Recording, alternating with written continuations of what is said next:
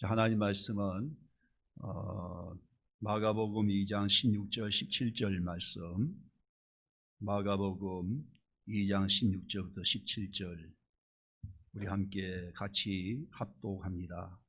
신약성경 55쪽에 있습니다. 마가복음 2장 16절 17절.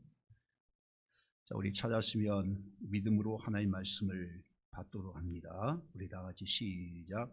바리새인의 서기관들이 예수께서 죄인 및 세리들과 함께 잡수시는 것을 보고 그의 제자들에게 이르되 어찌하여 세리 및 죄인들과 함께 먹는가?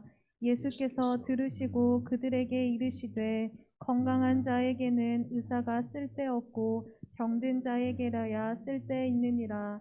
나는 의인을 부르러 온 것이 아니요 죄인을 부르러 왔노라 하시니라. 아멘. 할렐루야. 우리가 9시에는 우리 중고등부와 함께 연합으로 예배를 드리다 보니까 우리 중고등부 선생님들은 또 두 번 예배 드리잖아요. 11시 예배 때. 지난번에 우리 선생님 중에서 몇 분 그래요. 야, 참 9시 예배 드리고 11시 예배 드리기 참 좋다. 그런 말을 들었어요. 왜냐하면 또 11시 예배는 또 색다르게 또 다른 은혜가 있더라. 그런 말을 들었습니다. 우리가 말씀을 한 번 듣는 것이 중요한 거 아니고 우리 10번 들어도 말씀을 깨닫는 것이 중요한 겁니다. 할렐루야. 말씀 한 번 들었으니까 이제 내가 하나님 앞에 예배로 됐다 이렇게 여기면 안 돼요. 말씀은 우리가 계속 반복하여 계속 들어야 됩니다. 똑같은 말씀이지만은 하나님의 말씀은요 단순해요. 단순하고 그런데 이제 문제 우리가 그 말씀을 계속 지속적으로 우리가 반복하여 들어야 됩니다. 이것이 바로 유대인들의 교육 방법이죠. 유대인들은 특별히 모세 오경의 율법을 가지고요 앉으나 서나 길을 갈 때에는 항상 말씀을 되새겼습니다. 반복하여 계속 듣게 하는 거예요. 왜 그러죠? 그렇게 해야 훈련받고 우리가 변화될 수 있기 때문에 그런 겁니다. 오랫동안 교회 다니다 보면 우리가 말씀을 건성하게 이렇게 뛰어넘는 경우가 있어요. 그런 게 변화가 안 된 것이지요. 도리어 오랫동안 교회 다니고 그렇게 해도 도리어 교만하고 그리고 또한 변화가 안 되고 전혀 달라진 것이 없어요. 정말 무서운 겁니다. 그렇기 때문에 하나님의 말씀을 계속 반복하여 듣고 또 듣고 이렇게 해서 마음에 깨닫고 또 우리가 하나님 앞에 회개하고 변화될 수 있는 그런 자가 꼭 될 수 있기를 바랍니다. 우리 지난주에 이어서 오늘은 대림절, 대강절 둘째 우리가 주일을 맡게 되는데 이 대림절, 이 대강절 이 뜻이 뭔 거는 우리가 뭔가 바라보고 우리가 대망한다. 그리고 우리가 뭘 우리가 또한 기대한다. 그런 뜻을 갖고 있거든요.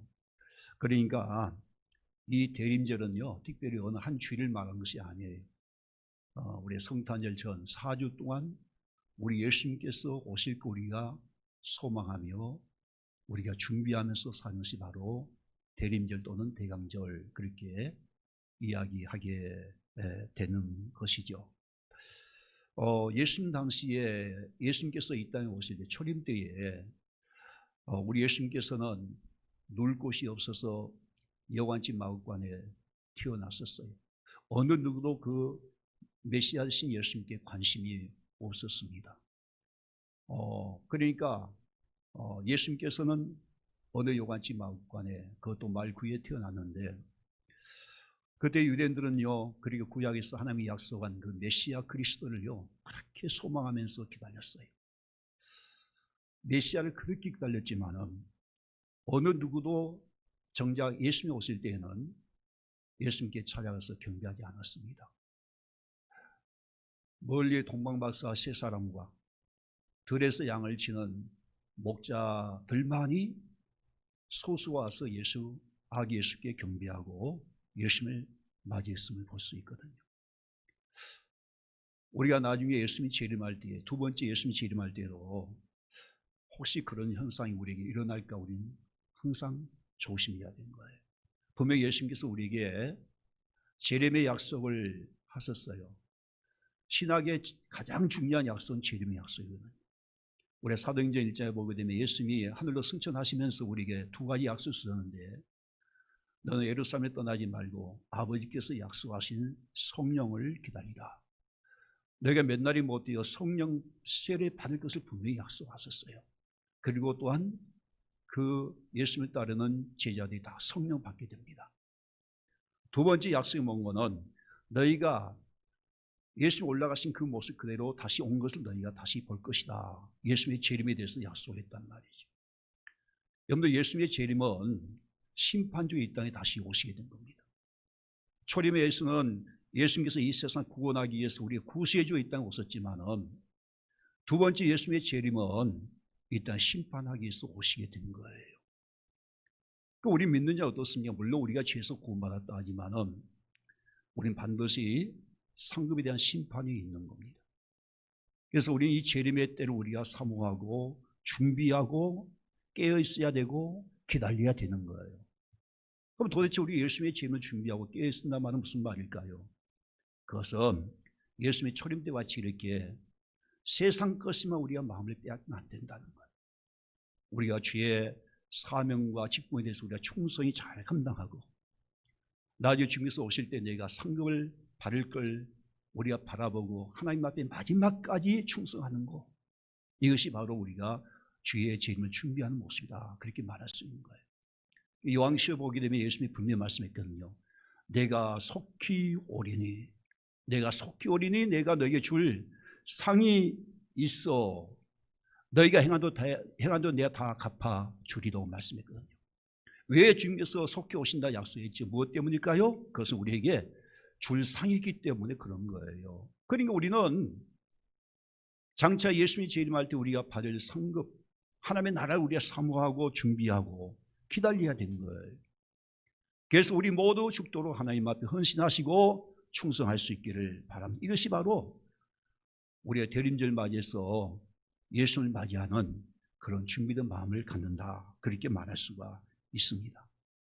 우리가 지난주에 말씀드린 같이 우리 누구나 다 역시 하나님 앞에 사명이 있고 다 직분이 있어요. 아무 이유 없이 목적 없이 이 세상에 태어나서 한 사람도 없어요. 여러분들, 예수님이 이 세상 오실 때 그분은 하나님이세요. 하나님의 본체를 갖고 계신 전지전능하신 하나님이신데 왜 그분이 이렇게 천하 우리 인간의 몸을 입고 성육신되어 이 땅에 오셨을까요? 무엇 때문에 예수님이 이 땅에 오셨지요? 예수님도 사명이 있었단 말이에요. 무슨 사명입니까? 그것은 우리의 죄를 위해서 십자가에 죽기 위하여 예수님이 이 세상에 오시게 된 거예요. 예수님의 십자가의 그 사명은 엄청난 사건, 정말 상상할 수 없는 사건이에요. 가장 흉악무도한 사형 도구였고 어느 누구도 질 수 없는 엄청난 무서운 그런 형틀이었단 말이에요. 그런데 예수님이 어떻게 했어요? 그 십자가의 사명을 위해서 하나님 앞에 기도할 때 아버지, 내 원대로 마옵시고 아버지 뜻대로 되기를 원합니다. 정말 그 흉악무도한 그 십자가 너무나 무섭고 두렵지만은, 그러나 우리 예수님은 그 마지막 십자가 사명을 감당하기 위하여 하나님 아버지, 나에게 힘 주십시오. 십자가를 내가 끝까지 지고 이 사명 지킬 수 있도록 나에게 힘 주십시오. 그래서 지난주 수요일날 밤에 제가 말씀드린 것 같이 우리가 요한복음 17장 1절 말씀해 보게 되면 그 예수님의 중보기도가 첫 번째 뭐예요? 자신을 위해서 기도하는데, 아버지, 때가 이르렀으니 아들을 영화롭게 하사 아들로 아버지를 영화롭게 하옵소서. 때가 이르게 되었어요. 이 때가 무슨 때지요? 주님의 십자가 사명 감당할 때가 이미 얼마 남지 않았는데, 어떤 그 십자가 사명 내가 끝까지 감당하여 나로 하여금 아버지의 뜻을 이루고 아버지 영화롭게 해달라고 그렇게 하면서 하나님 아버지 앞에 간절히 기도하는데, 놀랍게 우리 예수님은 그 십자가 끝까지 잘 감당하시게 된 거예요. 그래서 사명을 완수하시면서 마지막 십자가에서 내가 다 이루었다라고 하면서 사명을 이루지 않습니까? 그 우리는 어때요? 우리도 사명이 있어요. 직분이 있단 말이에요. 이 사명과 직분을 다 주었는데 때로는 우리가 내려놓고 싶지요. 힘들면 피하고 싶기도 하고, 야, 연말이 됐으니까 이번에 내가 그만해야 되겠다. 직분도 내려놓고 싶기도 하고, 오랫동안 교회다 보니까 너무나 힘들어. 다른 교회 한번 옮겨볼까? 보따리 잘린 사람도 있을 것이고 그럴 거예요. 바로 그때 우리가 십자가 져야 될 때이고 하나님 앞에 기도할 때입니다. 우리 예수님처럼 아버지, 나를 영화롭게 하소서 나로 하여금 이 십자가 잘 감당하여 하나님을 영화롭게 해달라고 하나님 앞에 기도해야 돼요. 그런데 그 십자가 지지 않고 우리 피하려고 해요. 피하려고 한단 말이에요. 여러분 혹시 여러분 중에 그런 분은 없겠지만은 보따리 잘라한 사람, 보따리 잘라한 사람은 빨리 보따리 풀어야 돼요. 할렐루야. 그리고 또 내 십자가 이 직분이 감당치 어렵다고 원망 불편하신 분들은 그 십자가 잘 감당할 수 있도록 하나님 앞에 기도할 수 있길 바랍니다. 이것이 우리가 대림절 장차 오실 예수 그리스도의 재림을 우리가 소망하고 준비하고 껴있는 우리의 모습이 될 거예요. 지금부터 우리는 이 대림절 맞이해서 왜 예수님이 이 땅에 오셨는가, 우리는 그 이유를 우리는 말씀을 통하여 우리가 듣겠습니다. 우리 인류 역사의 가장 위대한 발견이 뭐라고 생각하십니까? 물론 인류 역사 보면 많은 발견들이 있지요. 우리 인류의 가장 최초의 발견이 있다면 불을 발견했다는 거, 얼마나 귀한 발견입니까? 그리고 또한 대서양을 건너서 신대륙 아메리카를 발견한 것도 대단한 발견이지요. 뉴턴의 만유인력의 법칙도 대단한 발견입니다. 그리고 지구가 태양을 중심으로 해서 자전하며 공전하는 모든 것, 이 발견한다는 것 대단한 발견인 거예요. 의학적으로 말이죠. 암을 치료하는 것, 또 페니실린을 우리가 발견했던 것, 얼마나 위대한 발견입니까? 그러나 사실 우리가 사는 이 세상에서 가장 위대한 발견이 있다면 우리 자신의 죄의 문제를 안다는 거예요. 왜 오늘날 많은 사람들이 예수를 만나지 못할까?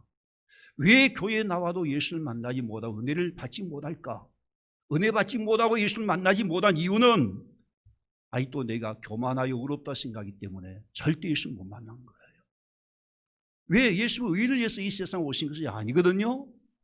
죄인을 만나 죄인을 찾아서 그 죄인을 구원하기 위해서 예수님이 이 땅에 오시게 된 거예요. 그래서 여러분, 우리 인간의 나의 실존의 문제, 가장 근본 문제가 뭐예요? 나는 누구인가? 소크라테스가 하는 말이 너 자신을 알라라고 말했듯이 나의 가장 실존의 가장 근본의 문제가 뭐예요? 나는 누구인가? 어디서 왔으며 멀리서 살다가 나는 왜 죽는가? 이걸 모르면 우리는 예수 믿을 이유가 없지 않아요. 그런데 놀랍게 이걸 우리가 알았다라고 하는 것은 이 하나님의 보통 은혜가 아니에요. 그냥 이것이 우리의 지식으로 알아진 겁니까? 이보다 더 큰 위대한 발견은 없단 말이에요. 그러니까 예수 믿는 것은요, 기적 중에 기적이고 가장 위대한 발견인 거예요. 왜 그럴까요? 이걸 안다는 것은요, 하나님의 은혜밖에 없어요. 예수 믿고 나니까 그러지 않아요? 야, 하나님 말씀 믿어지지 않아요? 그리고 성경에 보니까 아담이 지었던 그 원죄 때문에 우리는 아담 안에서 다 죄가 있다는 걸 알게 되었지 않아요? 그래서 우리는 태어날 때부터 죄를 갖고 있기 때문에 그 죄로 말미암아 심판받아 지옥 갈 거 우리는 알고, 정말 내가 죄에서 구원받는 것 오직 하나님의 은혜밖에 없구나. 그래서 우리는 십자가 밑에 무릎 꿇고 예수 마음에 믿고 영접해서 우리가 구원받는 거 아니에요? 우리가 어떻게 죄인임을 알지 못하고 어떻게 예수 믿겠냐라고 하는 거예요. 이것은 하나님의 은혜고, 놀랍게 우리 안에 함께 하신 성령님의 그 계시를 통하여 성령께서 우리의 어두운 이 마음의 눈을 밝혀주시사 이걸 알게 하셨고 깨닫게 하시고, 그래서 예수를 믿게 하셔서 우리가 죄에서 구원받게 되었다는 것을 말씀해 주고 있는 것입니다. 그리 가장 위대한 발견이 있다면 그것이 뭔가는 내가 죄인임을 깨닫는 거예요. 내가 하나님 앞에 죄인이었구나. 이보다 더 큰 위대한 발견이 없는 겁니다. 사도 바울은 그가 예수를 만나기 전에는요, 얼마나 교만했는지. 하나님을 안 믿은 것도 아니에요. 하나님 믿었어요, 사울이. 그러나 그때는 그가 유대교를 믿고 있었는데 그가 얼마나 하나님 앞에 교만했던지 우리가 빌립보서 보게 되면 율법을 말입니다 다 지키려 했어요. 흠없이 깨끗하게 지키려 했는데, 그러니까 그는 우러운 채 여긴 거예요. 얼마나 우러웠습니까? 그러니까 얼마나 그때 당시에 이 사울이 예수를 만나기 전에 얼마나 많은 사람을 잡아 죽였어요. 감옥에 집어넣기도 하고. 왜 그럴까요? 자기가 의롭다고 여겼기 때문에 그런 것이지요. 그런데 그가 예수를 만나고 나서 자신에서 발견한 것이 있어요. 제일 먼저 뭘 발견하는지 아십니까? 내가 죄인 중에 괴수구나. 나 같은 죄가 없다는 걸 그는 깨닫고, 로마서 7장 24절 말씀 보니까 오라 나는 공고한 사람이로다. 누가 이 사망의 몸에서 나를 건져낼 수가 있느냐. 나는 어쩔 수 없이 죄를 짓는 존재로서 나는 그 죄값으로 마땅히 죽을 몸이구나. 나는 지옥 갈 죄인이구나. 이 사망의 몸에서, 이 죄인 내 몸에서 누가 나를 건져내겠느냐. 오직 그리스도밖에 없구나. 그래서 그는 그리스도 앞에 무릎 꿇고 자기의 죄를 깨닫게 되고 하나님 앞에 그래서 헌신하고 충성하게 된 거 아니고 무엇이겠습니까? 왜 그럴까요? 무엇 때문에 그렇게 사도 바울이 한탄했을까? 자기의 죄성 문제 때문에 그렇게 한탄한 거예요. 그 죄를 해결할 수 있는 방법이 없거든요. 보니까 하나님 앞에 지옥 갈 죄요. 정말 주님의 은혜 없이는 결코 용서받을 수 없는 엄청난 죄를 지금까지 지었단 말이에요. 그 죄를 바라보니 너무나 마음이 아프고 견딜 수 없는 거야. 하나님, 내가 어떻게 해야 삽니까? 나는 공고한 사람입니다. 어떻게 내가 죄를 용서받을 수 있습니까? 그때 사도 바울이 깨달은 것이 복음이었다는 거 아니겠어요? 야, 십자가 은혜밖에 없구나. 그래서 내가 그리스도 안에 있으면 결코 정잠이 없나니, 그러면서 성령의 법이 나를 죄와 사망에서 해방시키도다 하면서 그 구원받은 감격 속에서 하나님 앞에 죄에서 해방된 것을 하나님 앞에 노래로 찬양하지 않습니까, 여러분? 여러분, 사도 바울은 깨닫게 된 거예요. 예수 믿고 나서 제일 먼저 발견한 것이 죄성을 발견했다는 거예요. 선을 행하기를 원한 자기에게 어쩔 수 없이 죄를 짓게 하는 그 죄성이 또 내 마음에 있어서 그 죄성이 자꾸 나를 끌어잡아 당긴다. 그렇게 고백하고 있지 않아요. 마음 그렇지 않아요. 어떠든 하나님 말씀을 살려고 막 힘써요, 노력해요. 그런데 안 되는데 어떻게 합니까? 왜? 그 안에 그 죄가 자꾸 사로잡아 끌어내려 또 죄 짓게 만들고 넘어지게 만들고. 그러니까 사도 바울이 너무나 힘든 거야. 오라 나는 공고한 사람이다. 그렇게 한탄하게 된 거예요. 학교에서 선생님들은 학생들에게 죄 짓으면 안 된다라고 여기고 도덕과 윤리를 가르치고 그러지 않아요. 또 집에서는 부모님이 착한 사람이 되라고 자녀를 양육하지 않아요. 국가와 사회에서도 죄 짓게 되면 그 죄값을 물어서 형벌을 주지 않아요. 그런데 죄가 없어집니까? 아니지 않아요. 여전히 날이 갈수록 사람들이 더 포악해지고 그리고 잔인한 죄를 짓고 있는 겁니다. 왜 그러냐? 이것은 우리가 태어날 때부터 원래 우리 속에 죄성이 있기 때문에 그런 것이죠. 우리가 시편 51편 5절 말씀 보게 되면 내가 죄악 중에 출생하였음이여 모친이 죄 중에 나를 잉태하였나이다. 어느 누가 이 말씀을 부인할 사람 누가 있겠어요? 우리가 죄악 중에 출생했다는 거예요. 죄 가지고 태어났다는 거 아닙니까? 어머니 모태에서부터 우리는 죄 중에 잉태되었다고 말씀하는 거예요. 아담으로부터 지었던 모든 죄가 우리 몸에 죄의 피가 흐르고 있다는 거 아니에요. 어느 누가 이걸 부인할 수 있겠습니까? 오래전에 영국에서 있었던 일입니다. 한 신문사가 말이지요, 50명의 사회 지도자 인사들에게 전보를 보냈어요. 다 들통났다. 다 들통났다. 빨리 도망쳐라. 그 전보를요, 익명으로 보내게 되는데, 그 다음날 전화를 했더니요, 그 전보 받았던 그 사회 지도층이 다 하나도 애 없이 말이죠, 다 도망을 갔더라는 거예요. 구체적으로 무슨 죄를 지었는지 들통나지 않았음에도 불구하고 비밀로 자기만 알고 있었던 모든 죄가 들통난 줄 알고 다 겁을 먹고 몸을 피신하게 되었다라고 하는 거 아니에요. 사실 우리도 마찬가지예요. 다만 사람들 앞에 우리 죄가 드러나지 않을 뿐이지 어때요? 여러분, 우리 죄가 없어요. 과거에 정말 생각하기 부끄러운 죄들이 얼마나 많습니까? 그 죄가 없어요, 여러분들? 우린 지금도 과거에 얼마나 죄를 많이 했어요.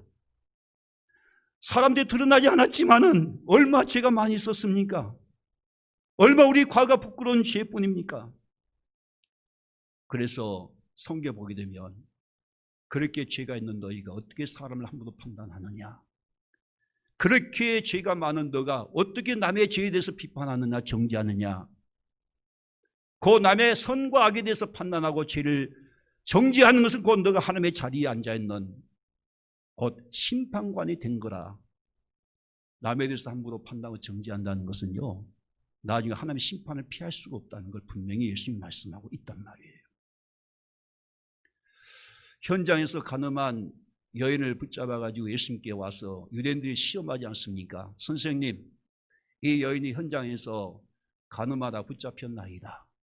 선생님이라면 어떻게 하겠습니까? 모세 율법에 보게 되면 돌로 쳐 죽이랬는데 선생님은 어떻게 하겠습니까? 라고 물었을 때에 그때에 예수님이 말씀도 하지 아니하시고 땅에다 뭔가 글을 쓰시고 일어나서니 하신 말씀이 너희 중에 죄 없는 자 먼저 돌로 치라. 너희 중에 죄 없는 자 먼저 돌로 치라. 제가 묻습니다. 여러분 중에 죄 없는 자가 있으면 돌로 먼저 치십시오. 돌을 들고 남을 비난하고 정죄하고 남을 판단할 그런 자격 있는 사람 누가 있겠습니까? 없어요. 그 말씀 듣고 그들이 양심의 가치를 느낀 거예요. 정말 드러나지 않았지만 남모르게 지었던 죄들이 다 있었거든요. 그래서 그들은 하나같이 돌을 다 버리고 그 현장을 떠나게 되었다. 그렇게 말씀을 하고 있는 겁니다. 이것은 우리 인간 누구나 다 예외 없이 드러나지 않지만 우리 속에 다 죄가 있다는 걸 말씀하고 있는 거예요. 그래서 사도 바울은 그 위대한 믿음의 사람도 이런 고백을 하게 된 거예요. 우리가 로마서 7장 19절 20절 말씀 볼까요? 내가 원하는 바 선은 하지 아니하고 도리어 원하지 아니한 바 악을 행하는도다. 만일 내가 원치 아니한 그 죄를 지면 행하는 것이 내가 아니요 내 속에 거하는 죄니라. 사도 바울 고백에는요, 내가 지금 죄를 짓고 있는 것은 내가 아니라는 거예요. 내가 지금 죄 짓고 있는 것은 내가 아니고 내 속에 아담으로부터 이어온 그 죄성이 있어가지고 그 죄성 때문에 우리가 마음으로 죄 짓게 되고 우리의 생각으로 죄를 짓게 되고 그리고 행동으로 죄를 짓게 된다고 그렇게 고백하고 있는 거예요. 그렇게 우리 인간은 누구나 다 죄성이 있는 겁니다. 사람 마음속에 들여다보게 되면 미움이 여전히 있고 욕심이 있어요. 시기 질투가 끊임없이 욕구치고 있습니다. 음란도 계속 불타오르고 있어요. 방탕과 거짓된 죄성이 지금도 우리 속에 여전히 있단 말이에요. 지금도 우리는 예수 믿고 구원받았지만은 지금도 우리 속에 그런 죄를 짓고 있지 않아요. 다만 우리가 하나님의 은혜로 예수의 보혈로 우리가 죄가 덮어져서 하나님 보시기에 너는 의롭다고 인정할 뿐이지 우리의 죄 없는 사람 누가 있으면 다 지금 죄를 짓고 있는 거예요. 그러니 우리가 가장 중요한 것은 내가 지금도 나는 하나님 앞에 죄인 중에 괴수구나. 그걸 깨닫고 인정하는 것이 정말 중요한 거예요. 만약 여러분들이 교회 다니면서 이걸 인정하지 못하면 예수님과 아무 상관이 없습니다. 예수는 우리를 만나줄 수 없는 거고 여러분 이 교회에 나와서 말씀 들어도요 1000번 만번 말씀 들은들 은혜가 되겠습니까? 나는 뭐 죄가 없고 의롭다고 얘긴다면 하나님 말씀 들을 이유도 없는 거고 왜? 말씀은 우리를 책망하여 우리 죄를 들추어내어 하나님 앞에 부끄럽게 여기고 회개시켜서 우리를 의롭게 여기게 하려고 하나님 말씀을 주신단 말이에요. 그런데 설교 말씀 듣고는 다 귀를 막고 말이지요. 저 말씀 나와 상관이 없어.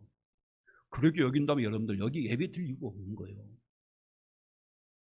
우리는 항상 이 자리에 나올 때마다 하나님 앞에 죄인된 모습 가지고 나와야 될 거예요. 나는 오늘 또 하나님 앞에 죄 가지고 나왔습니다. 이 시간도 예수님의 그 십자가의 보혈의 그 은혜 없이 나는 하나님 앞에 죄를 용서받을 수가 없습니다. 내가 한 주간도 하나님 앞에 이런 죄를 지었고 저런 죄를 지었는데 하나님 나의 죄를 용서해달라고 여긴 그런 마음 가지고 이 성경에 나와야 우리 주님이 우리를 만날 수 있는 거예요. 그리고 우리에게 은혜 주신 거 아니고 무엇이겠습니까? 무엇이 우리가 떳떳하다고 하나님 앞에 그렇게 뻣뻣하게 써가지고 말이죠. 여러분들 그렇게 하면 절대 은혜 못 받은 거예요. 오늘 말씀해 보게 되면 유대인들의 지도자였던 바리새인과 서기관들이 예수님을 비난하지 않아요. 왜 죄인과 세리와 함께 식사하느냐라고 비난하게 됩니다.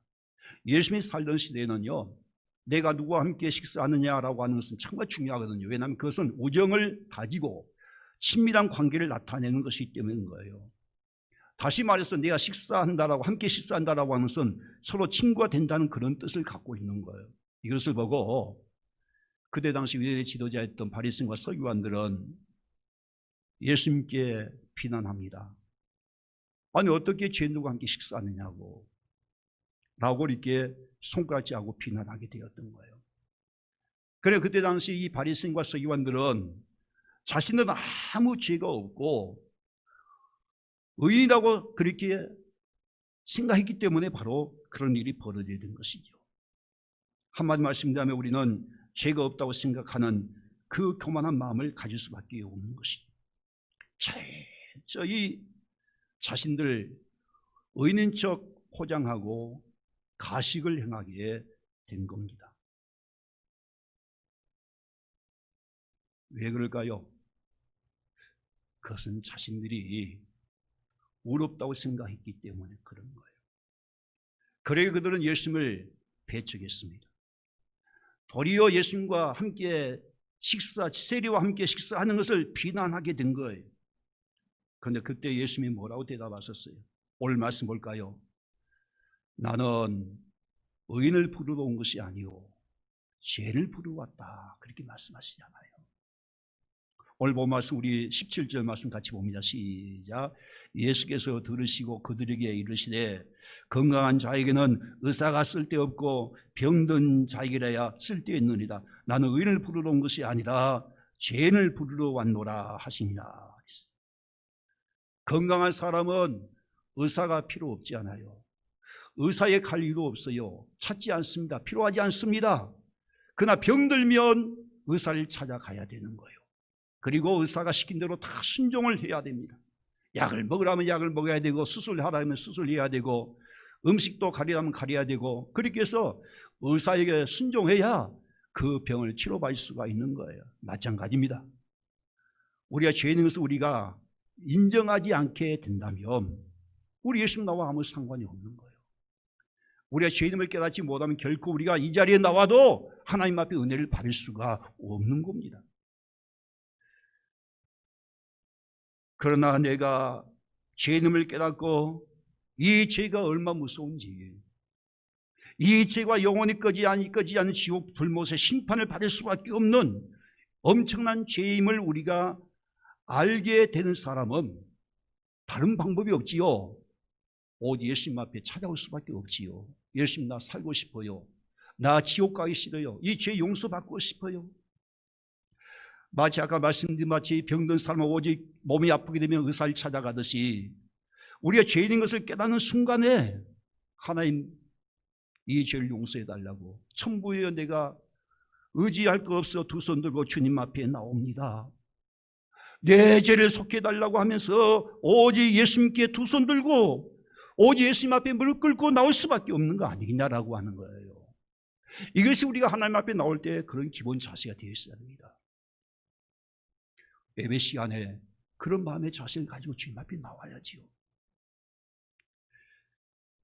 우리가 누가복음 18장 10절 14절 말씀 보게 되면 거기에 두 사람이 기도하기 위하여 성전에 올라갔어요. 한 사람은 바리새인이었고 한 사람은 세리였습니다. 그런데 이 바리새인은요, 자기가 죄 있는 것을 전혀 인정하지 않는 거예요.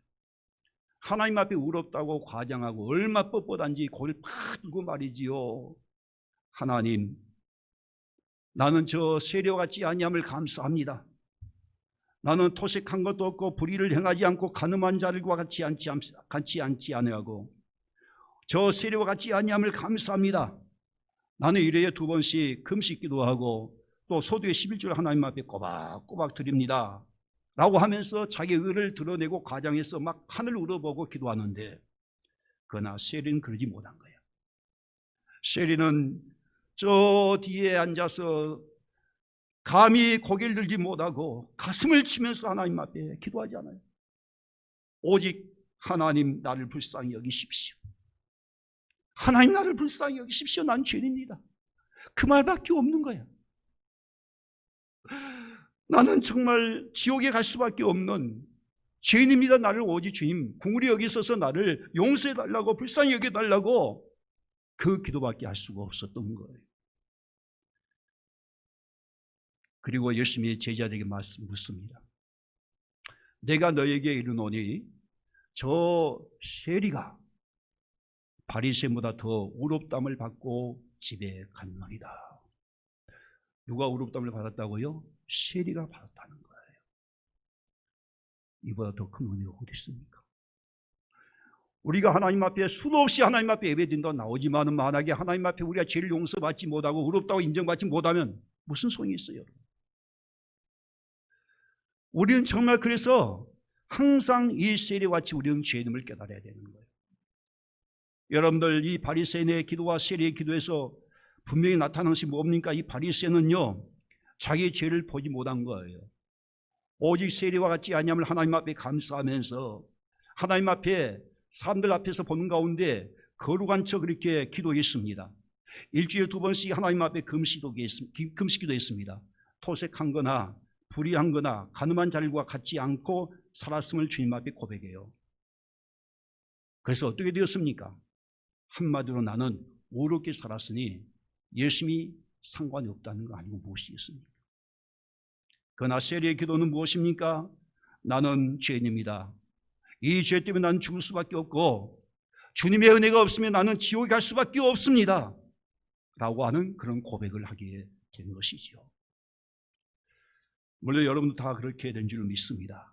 저도 역시 예수 믿기 전에는 죄가 없는 줄 알았거든요. 저는 내 자신에서 철저했던 사람이에요. 뭐 도덕적으로 흠없이 깨끗하게 살면 될 문제지.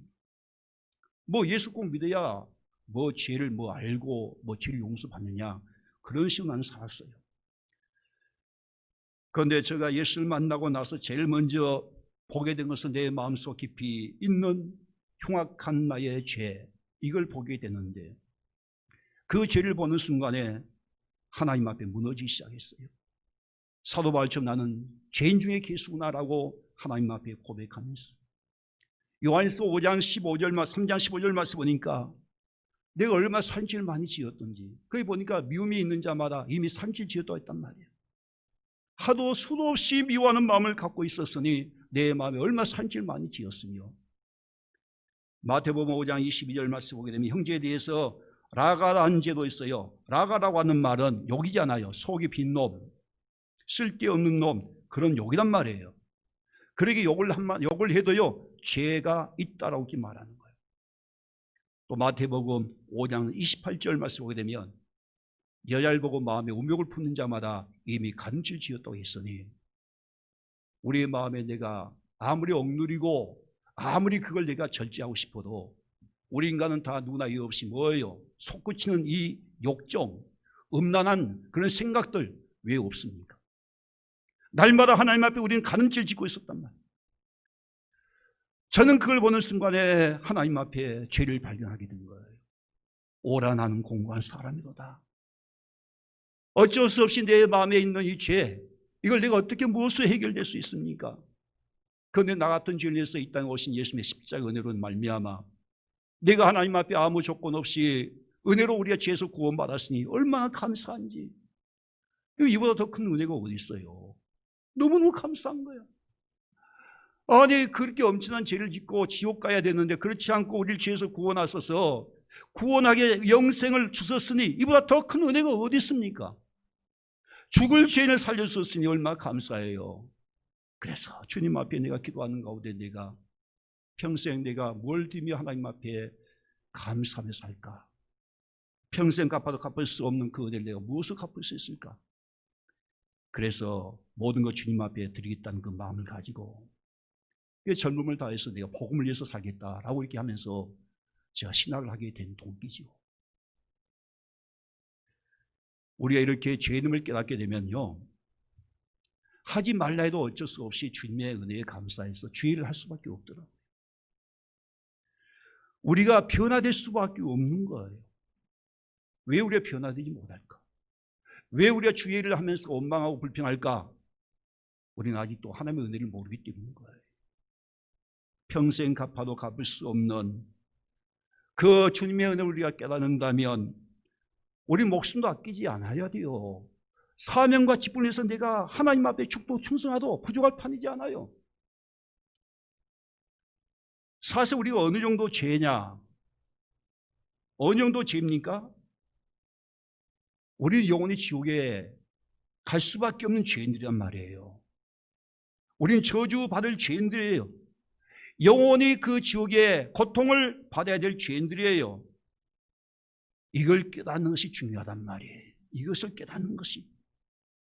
우리가 그렇다고 교회에 다닌다고 해서 완전히 의로운 거 아니잖아요. 다만 하나님의 은혜로 의롭다고 여기니까 우리가 의로움을 얻는 것이지 교회에 다닌다고 죄 안 진 거 아니지 않습니까? 그런데 교회에 오랫동안 다니다 보면은 착각하는 중에 하나가 뭔가 대부분 나는 의롭다고 착각을 한단 말이에요. 나는 어렸을 때부터 모태신앙이니까 착하게 살아왔지. 그래서 자기를 의롭다고 생각을 하는 경우가 있어요. 그러면 절대 우리 구원받을 길이 없는 거예요. 그래서 우리가 구원받는 것이 아니고 아무리 착하게 산다 할지라도 우리는 근본 내가 어쩔 수 없이 죄를 짓는 연약한 존재이기 때문에 주님의 십자가 은혜 없이 우리는 절대 죄에서 구원받을 길이 없단 말이에요.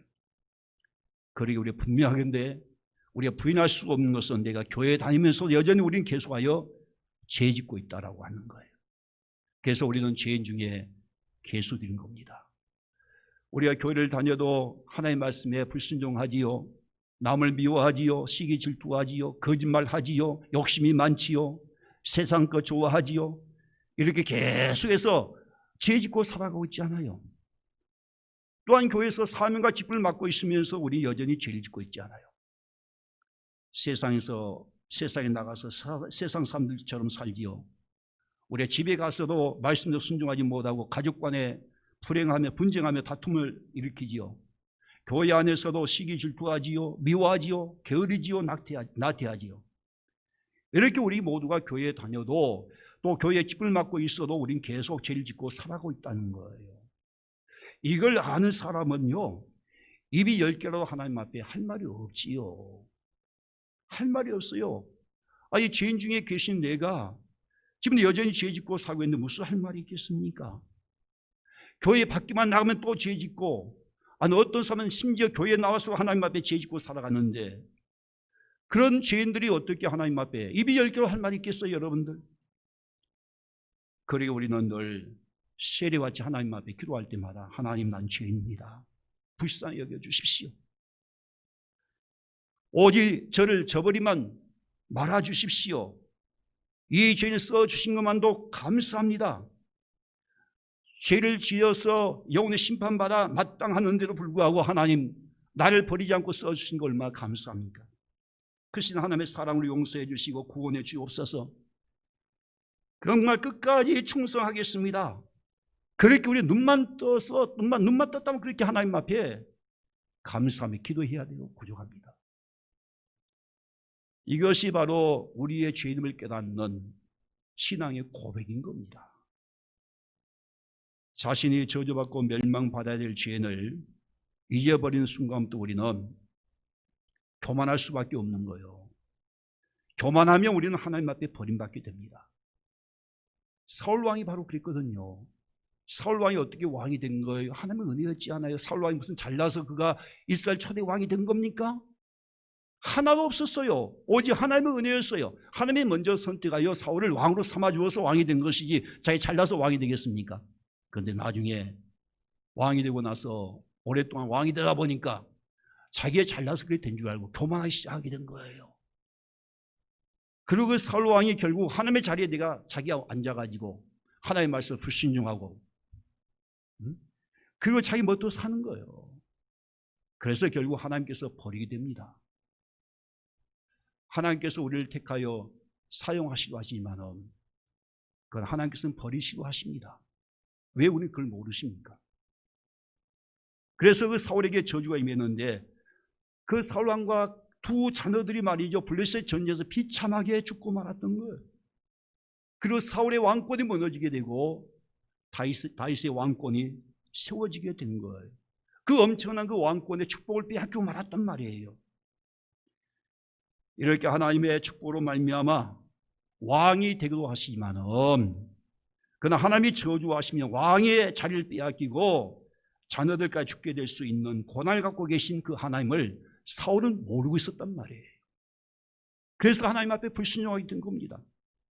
하나님 분명히 우리를 뭐예요? 높기도 하시고 그것만이 아니에요. 낮추기도 하십니다. 우리를 부자 되기도 하시지만은 그것도 아니에요. 그것만이 아니에요. 가난하기도 하십니다. 하나님은 있기도 하시고 없기도 하시고 흥하기도 하시고 망하기도 하십니다. 여러분들 잘되고 못되고 모든 것 다 주권이 하나님의 손에 있다는 거 알아야 되는데, 우린 잘된 것만 가지고 우린 교만하다 보니까 그래서 하나님 앞에 불순종하게 된 거예요. 삼손도 마찬가지잖아요. 태어날 때부터 정말 세상에 감당할 수 없는 엄청난 힘과 능력을 갖고 있었는데 그가 하나님의 은혜를 잊어버린 거예요.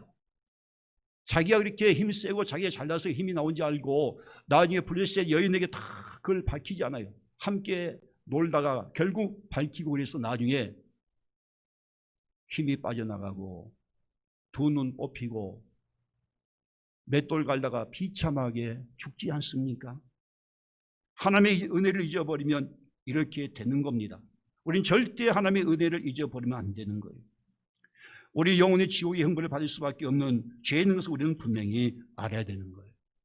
우리가 이렇게 교회에 나와서 하나님 앞에 구원받았지만 여전히 우리가 죄 짓고 살았는데 우리는 지금도 여전히 또 죄를 범하고 있지 않아요? 그런데도 우리는 하나님의 은혜를 잊어버리고 산다면 안 되지요. 우리 모두 이렇게 엄청난 죄를 짓고도 하나님 앞에 용서받고 더욱이 하나님께서 우리를 믿고 신뢰하셔서 귀한 직분과 사명 맡겨주셔서 우리를 사용하신다면 당연히 하나님의 은혜를 여기고 감사할 줄 알아야 되지요. 하나님, 저요 부족하지만 죄인이지만 이렇게 죄를 용서하셔서 하나님의 자녀 되게 하신 거 감사합니다. 이렇게 죄인된 내가 하나님 앞에 심판받아 죽게 되지만 나에게 찬양단을 맡겨주신 거 감사합니다. 나에게 집사 직분 맡겨주신 거 감사합니다. 나에게 장로 직분 맡겨주신 거 감사합니다. 나 같은 죄인을 목사로 써주신 거 감사합니다. 그렇게 당연히 감사해야 되지 않겠습니까? 그러게 우리는 날마다 하나님 난 죄인입니다. 오늘 또 써주신 것에 대해서 감사합니다. 그렇게 고백이 나와야 되는 거예요. 저로 때로는 힘들고 어려울 때마다 아침에 일어나면 피곤하다 그럴 때가 있어요. 그때마다 하나님 난 죄인인데 이렇게 하나님의 은혜로 지혜 사함 받고 내가 하나님의 그런 종으로 부름받았는데 나 같은 죄인을 하나님이 써주신 거 감사합니다 하면은요 원망불평이 싹 사라져버려요. 어떻게 그 입에서 원망불평이 나올 수 있어요? 나올 수 없는 것이지요. 이렇게 자신의 죄인임을 깨닫고 회개하고 충성하는 자에게는 반드시 하나님께서 복을 주시고 상을 주세요. 우리 다윗을 보면 그걸 할 수 있단 말이에요. 여러분 다윗이 죄를 안 지어서 하나님이 쓰셨습니까? 아니에요. 우리가 다윗을 보게 되면 사울 왕보다 더 엄청난 큰 죄를 지었지 않아요. 살인죄 지었지요. 간죄 지었지 않아요. 사울에 비해서 엄청난 그 죄를 지었음에도 불구하고 어떻게 해서 하나님이 그 다윗의 죄를 하나님이 용서하셔서 끝까지 살게 했을까? 그거 뭐예요? 그것은 다윗은 자기의 죄를 하나님 앞에 철저하게 내어놓고 회개합니다. 나단 선지자를 통하여 자기 죄를 지어갔을 때에 다윗은 왕의 신분을 갖고 있었지만은 거기에 변명도 하지 않았어요. 그리고 하나님 앞에 무릎 딱 꿇고 하나님 난 죄인입니다. 눈물을 팡팡 흘리면서 하나님 앞에 회개합니다. 왕의 채통이 무슨 소용이 있겠어요? 네가 하나님 앞에 죽고 사는 문제인데 밤마다 그런 눈물로 침상을 적시면서 하나님 앞에 회개한 우리 시편에 보게 되면 뼈가 마를 만큼 진액이 빠질 만큼 하나님 앞에 회개하는 거예요. 왜 그랬을까요? 다윗은 자기의 죄를 무섭게 알았거든요. 이 죄 때문에 하나님의 심판받아 사울 왕처럼 왕에게서 쫓겨날 수 있을 것이고 사울 왕처럼 분명히 내 자신뿐만 아니라 내 자식들도 하나님 앞에 저주받아 죽을 것을 알고 있었기 때문에 너무나 두려운 거예요. 그러기에 다윗은 하나님 앞에 회개를 했는데 놀라게 하나님께서 그 죄를 용서하지 않아요. 용서하고 그 왕의 그 자리를 빼앗지 않습니다. 정말 사울 왕보다 더 엄청난 죄를 지어서 죽을 수밖에 없는데, 그런데 하나님이 죽이지 아니하고 살렸었단 말이에요. 그리고 또한 귀한 직분도 계속 주셨단 말이에요. 다윗이 나중에 어떻게 된 거는요, 하나님 앞에 그 받은 은혜가 너무 큰 거야. 야, 세상에 내가 죽어야 되는데 죽이지 않고, 하나님 앞에 저주받고 내가 왕의 자리에 빼앗기고 내 자녀를 다 죽여야 되지만은 하나님 앞에 저주받아야 되는데 하나님 그렇게 하지 않고 나를 살려줘서 이 귀한 사명과 왕의 자리를 끝까지 지킬 수 있도록 하시니 얼마나 감사한지. 하나님 앞에 기도하다가 뭘 깨닫게 된 건, 나는 이렇게 호화로운 궁궐에서 사는데 우리 하나님께서는 천막에서 사시는구나. 비가 새는 천막에서 거기서 예배드리는 걸 보고 너무나 마음이 안타까운 거예요. 그래, 그때 이 다윗 왕이 선지자에게 말합니다. 선지자여, 한번 하나님 앞에 기도해봐라. 어떻게 하면 나보다 더 좋은, 내가 사는 궁궐보다 더 좋은 하나님의 성전을 지어서 하나님 앞에 드릴 것인가 한번 기도해봐라. 그래서 그때 선지자가 하나님 앞에 기도하여 응답받은 내용이 뭔가는, 다윗은 전쟁을 많이 치르고 피를 흘렸기 때문에 성전을 지을 수 없다. 그 아들 솔로몬이 성전을 질 것이다. 그렇게 얘기하잖아요. 그런데 다윗은 그 말을 듣고 순종합니다. 내가 비록 하나님 앞에 성전을 지을 수 없지만은 그 성전에서 내가 계속 그 준비해야지. 그래서 그는요, 죽을 때까지 그 엄청난 돈을 가지고 금을 사서 모으고 성전 건축할 그런 모든 나무나 재료를 다 사서 다 모아 놓습니다.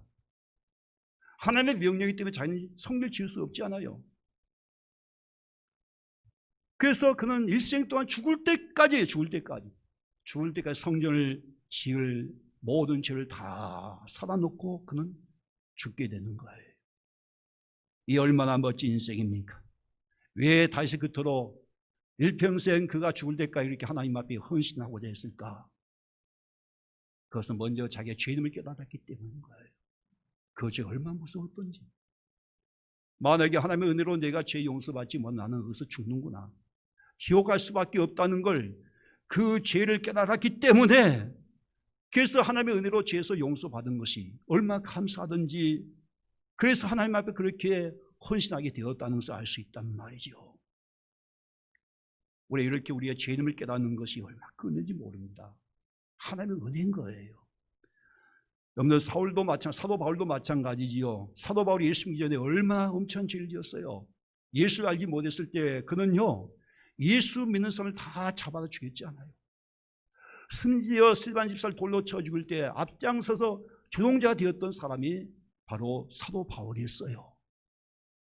그리고 멀리 그 다메섹이라는 고을에 기독교인이 거기서 예배드린다는 소식을 듣고 그 기독교인들 잡아들이기 위하여 대제사장에 찾아가서 체포장을 받아가지고 가는 도중에 말을 타고 갔는데, 그때에 갑자기 위에서 빛이 확 비치더니 눈이 어두워지고 땅에 떨어집니다.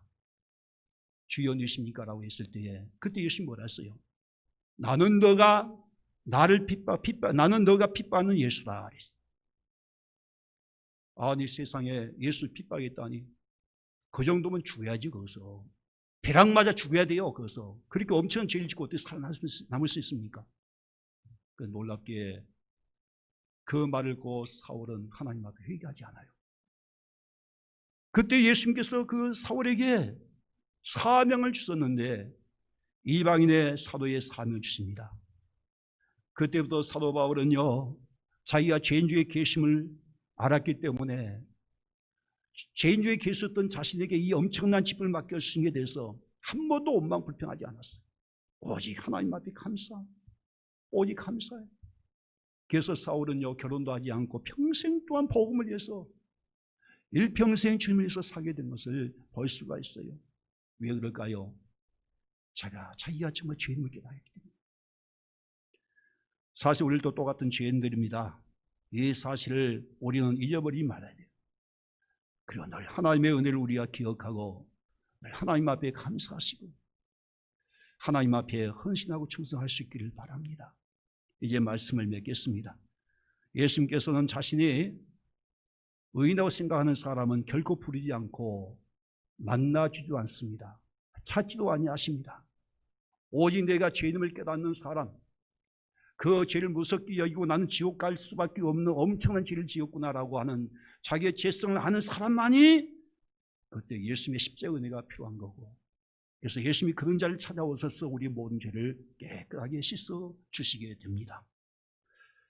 우리를 또 죄인이기에 우리 주님께서 찾아오셔서 우리가 다 지옥 갈 죄인들이지만은 아무 공로 없이 우리를 은혜로 죄에서 구원하셔서 우리 영원한 천국 생명을 우리에게 주셨습니다. 그 우리 이 땅에서 풍성한 삶을 누리고 살고 있는 거예요. 요한복음 10장 10절 말씀 보게 되면 예수님께서 분명히 말씀하시길 내가 온 것은 양으로 생명을 얻게 하고 더 풍성히 얻게 하려 하심이라고 말씀하고 있어요.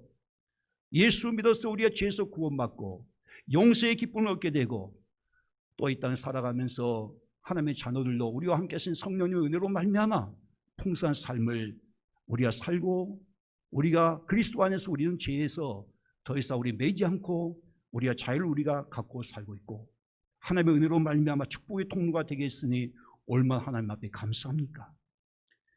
우리 모든 절대 죽었다 깨어나도 우리는 이 하나님의 은혜를 잊지 마시고 늘 기억하시길 바랍니다. 늘 하나님의 은혜를 여기고 하나님 앞에 감사 여기면서 우리가 어떤 십자가를 진다 할지라도 우리가 어떤 직분 때문에 우리가 힘들다 할지라도 분명히 주님께서 말씀하신 나를 따라오려거든 자기를 부인하고 자기 십자가를 지고 나를 쫓을 것을 말씀하셨으니 우리는 그 십자가를 질 때에 힘들다고 원망불평하지 마십시다. 사실 저도 힘들고 여러분 다 힘들 거예요.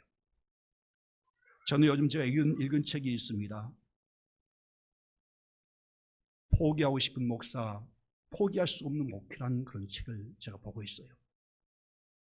정말 하도 수도 없이 목사직을 내가 내려놓고 싶지만 목회는 포기할 수 없는 것은 첫 번째 하나님의 은혜 때문에 그렇고 또 하나는 하나님이 나에게 주신 직분 때문에 그런 거예요. 사명 때문에 그런 거예요. 우리도 마찬가지일 거예요. 하루에 수십 번 우리는 장로직이나 집사직이나 권사직이나 전도사직을 포기하고 싶은 마음이 있을 거예요. 그런데 우리 포기할 수 없는 것은 우리에게 하나님의 주신 사명이 있어요. 더 나아가서 우리는 하나님 앞에 그 엄청난 죄를 아무 공로 없이 우리의 죄사함 받아서 그 죄로 마땅히 죽어도 마땅함에도 불구하고 우리를 살려주셔서 우리에게 집을 맡겼었으니 우리는 포기할 수 없는 겁니다. 포기할 수 없는 거예요. 그래서 우리 모두 신년도에 하나님 앞에 감사하십시다. 감사하시고 더 하나님의 크신 은혜를 우리가 바라보면서 하나님 앞에 우리 모두 헌신할 수 있길 바랍니다. 충성할 수 있기를 바랍니다. 우리 중고등부 예배 때 지난주에 제가 말씀드린 내용이 있는데 진센 돌프 백작이 있었습니다. 그는 예수 믿었지만은 주님을 위해서 그렇게 헌신하면서 산 적이 없어요. 한 번은 미술관에 갔는데 벽에 보니까 예수님의 십자가의 그림이 있는 거예요. 그걸 보고 한참 묵상하는데 그 속에 성령께서 음성을 주셨어요. 예수님이 하신 말씀이 나는 너를 위해서 모든 걸 다 주었구만. 십자가에서 너를 위해서 모든 걸 내가 아낌없이 다 주었구만. 너는 나를 위해서 무엇을 주었느냐? 너는 나를 위해서 무엇을 주었느냐? 그때에 그는 그 자리에서 무릎 꿇고 하나님 앞에 결단하기 시작했어요. 주님, 오직 내가 가진 것 모든 건 다 주님의 것인데 이 모든 물질 내가 다 하나님 앞에 헌신하겠습니다. 그리고는 그 모든 물질 하나님 앞에 드리고 세계 곳곳 방방곳곳에 다니면서 복음을 전하다가 인생을 마쳤어요. 여러분, 우리는 하나님의 은혜를 절대 잊지 마시다. 주님께서 지금도 우리의 분명히 묻습니다. 나는 내가 너를 위해서 이 모든 걸 다 주었는데 너는 나를 위해서 뭘 주었느냐? 우리 모두 주의 음성 우리가 들어보면서 우리 다 같이 찬송 한번 부르겠습니다. 311장 311장 내 너를 위하여 몸보로 피흘러 우리 함께 찬양합니다.